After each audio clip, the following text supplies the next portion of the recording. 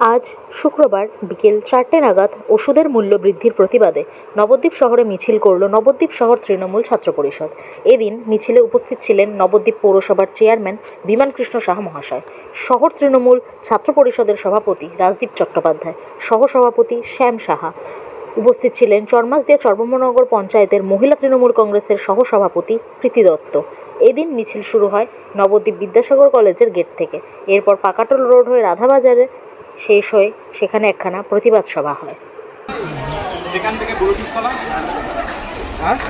বুড়োশিবতলা পরামর্শ রাধাবাজার, আমি পেছনে চলে গেলাম। লাইন যেন না ভাঙে, লাইন যেন না ভাঙে।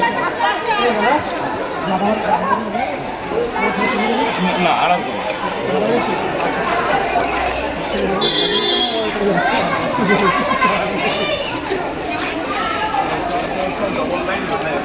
স্লোগানটা কি হবে? স্লোগান কি হবে?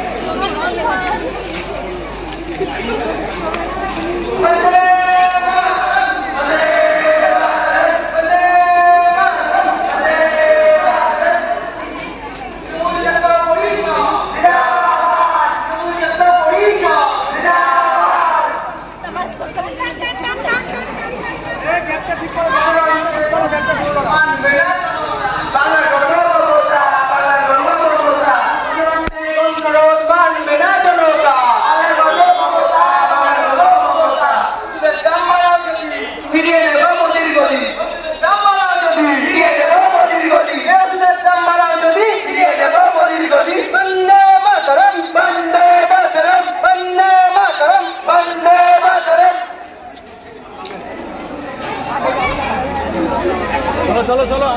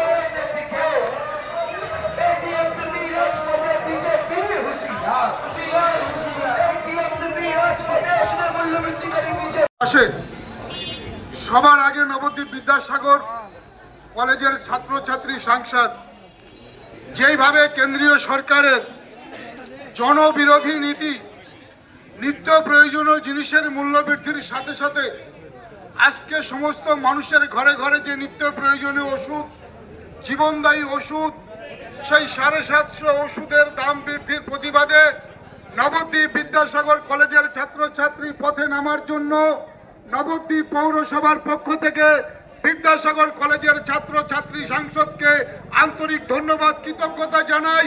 তারা মানুষের জন্য লড়াই করে মানুষের পাশে থাকে, আজকে সেটাকে প্রমাণ দিয়েছেন। আজকের এই মিছিলের নেতৃত্ব দিয়েছেন আমাদের সকলের অভিভাবক নবদ্বীপ পৌরসভার সম্মানীয় পৌরপতি শ্রী বিমান কৃষ্ণ সাহা মহাশয়। আমাদের সাথে রয়েছেন নবদ্বীপ পৌরসভার শিক্ষা দপ্তরের সিআইসি চৈতালি গুই মহাশয়। আমাদের ছাত্র সভাপতি রাজদীপ চ্যাটার্জি যেমন রয়েছেন, তেমন আমাদের শিক্ষক নেতা কিশোর দত্ত রয়েছেন আমাদের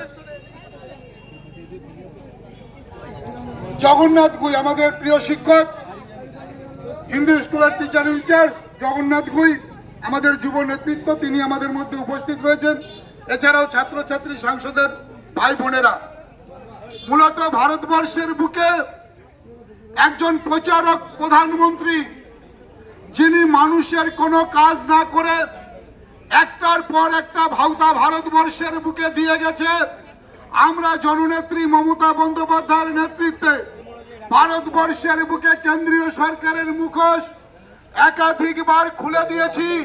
যে এই মানুষটা শুধু প্রচারের জন্য শুধু ধর্মে ধর্মে ভেদাভেদ তৈরি করবার জন্য আর গুটি কয়েক শিল্পপতির জন্য তিনি প্রধানমন্ত্রিত্ব করছেন আর সাধারণ মানুষকে নিয়ে তিনি রাজনীতি করছেন।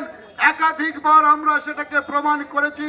15 লক্ষ টাকা থেকে 2 কোটি বেকারের কথায় আমরা আজকে আর আসছি না। আপনাদের একটু কথা মনে করে দিই, কোভিডের সময় যে মহামারী কোভিড চলছিল সেই সময় দেখেছিলাম ভারতবর্ষের প্রধানমন্ত্রী প্রতিযোগিতা করে বারবার প্রকাশ করেছিল, তার ছবি বাইরে আসছিল যে কোভিড ওষুধ ভারতবর্ষের বুকে তিনি তৈরি করেছেন, তার নেতৃত্বে কোভিড টিকা তৈরি হয়েছে। কিন্তু আজকের দিনে দাঁড়িয়ে সমস্ত ভারতবর্ষের স্বাস্থ্য ব্যবস্থার মধ্যে দিয়ে বলছে সেই কোভিড টিকার কারণে সমস্ত মানুষের শরীরে প্রতিরোধ শক্তি কমে গেছে। ভারতবর্ষের যে কোভিড টিকা সেটা সঠিক ছিল না, আজকের বিজ্ঞান সেটা বলছে। সেই জায়গায় দাঁড়িয়ে ভারতবর্ষের বুকে নিত্য প্রয়োজনীয় জিনিসের দাম প্রতিদিন করে বাড়ছে, আর ভারতবর্ষের প্রধানমন্ত্রী শিল্পপতিদের নিয়ে চিন্তা করছে। তিনি গ্রামের একজন কৃষকের